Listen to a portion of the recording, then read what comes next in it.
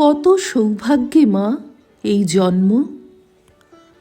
Doctor Rama Chowdhury, পত্রিকার প্রথম বর্ষ, প্রথম সংখ্যা। শ্রী শ্রীমা সারদা দেবী সাধারণ সাংসারিক দিক থেকে ছিলেন প্রায় নিরক্ষর। অবশ্য তিনি পড়তে পারতেন, কিন্তু লিখতে পারতেন না। এই জ্ঞান নিয়েই তিনি হয়ে দাঁড়ালেন কেবল পশ্চিমবঙ্গের নয়, কেবল ভারতবর্ষেরও নয়, সমগ্র পৃথিবীরই মা, অতীত বর্তমান ভবিষ্যতের চিরকালের মা, অর্থাৎ সর্বযুগের সর্বকালের সর্বজনের মা, এবং সেই সঙ্গে শিক্ষাগুরু, যা মায়ের শ্রেষ্ঠ রূপ। সেজন্য তাঁর শ্রীমুখের মাত্র যে কয়েকটি অমৃতময়ী বাণী আমরা পেয়েছি, তা আমাদের বিশ্বজনের সকলের কাছেই মহামূল্য সম্পদ। তাঁর একটি মধুরতম বাণী, কত সৌভাগ্যে মা এই জন্ম। আমরা তো শুনে অবাক, কারণ ভারতীয় মতে এই পৃথিবীতে জন্ম সৌভাগ্য নয়, ঠিক তার বিপরীত, দুর্ভাগ্য। তার কারণ সুবিখ্যাত কর্মবাদ ভারতীয় দর্শন, ধর্ম ও নীতিশাস্ত্রের মূল। এই মতানুসারে বুদ্ধি বিচারপূর্বক এবং স্বেচ্ছায় আমরা যে সকাম কর্ম করি, সেগুলি বিশেষ একটি ফললাভের আশায়। ন্যায় ধর্মানুসারে তার কোনো না কোনো ফলভোগ আমাদের করতেই হবে, যেহেতু আমরাই সেই সকাম কর্মটির জন্য সম্পূর্ণরূপে দায়ী। আমরা হঠাৎ সেই কর্মটি করে বসিনি, চিন্তা ভাবনা করেই করেছি। কেউ জোর করে ভয়, লোভ প্রভৃতি দেখিয়েও তা করিয়ে দেয়নি, উপরন্তু স্বেচ্ছায় স্বাধীনভাবেই তা করা হয়েছে। সুতরাং তার ফলভোগ অবশ্যই আমাদের করতে হবে। এমন কত অসংখ্য আমাদের সকাম কর্ম, এক জন্মে সমস্ত ফলভোগ শেষ হবার নয়।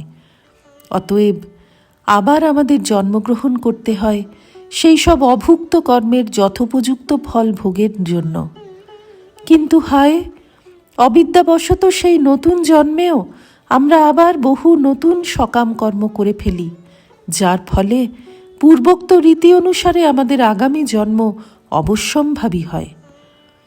এইভাবে জন্ম জন্মান্তরের কবলে পড়ে মোক্ষলাভ আর আমাদের হয় না, কারণ মোক্ষের প্রথম কথা, অত্যাবশ্যক শর্তই হল জন্ম জন্মান্তর থেকে মুক্তি।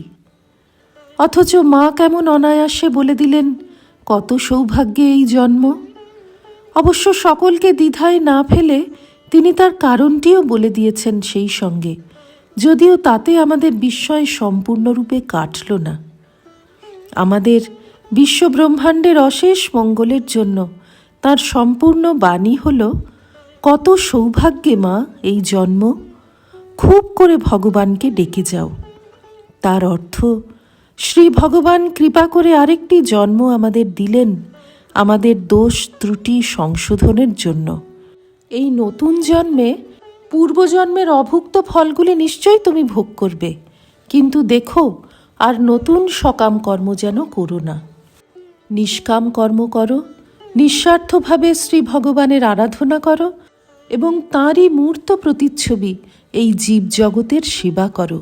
তাদের প্রাণ মন ভরে ভালোবাসো, শ্রদ্ধা করো, ভক্তি করো, পূজা করো।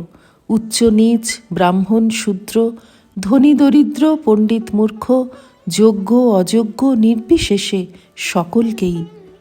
এইটি সাধনের শ্রেষ্ঠ ফল। সেই জন্য শ্রী শ্রীমা বলছেন, সাধন করতে করতে দেখবে আমার মাঝে যিনি, তোমার মাঝেও তিনি, দুলে বাগদি ডোমের মাঝেও তিনি। তবেই তো মনে দিন ভাব আসবে।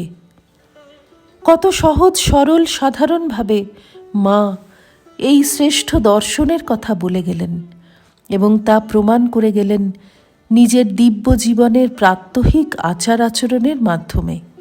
বড় বড় কথা নয়, কঠিন উপদেশ নয়, গুরুগিরির ইচ্ছাতেও নয়, কেবল মা হয়েই মায়ের মতো স্নেহ ভরে নিজের জীবন দিয়ে সর্বকালের, সর্বস্থানের, সর্বতত্ত্বের শ্রেষ্ঠ কথা, মূল কথা, মর্ম কথা আমাদের বলে গেলেন।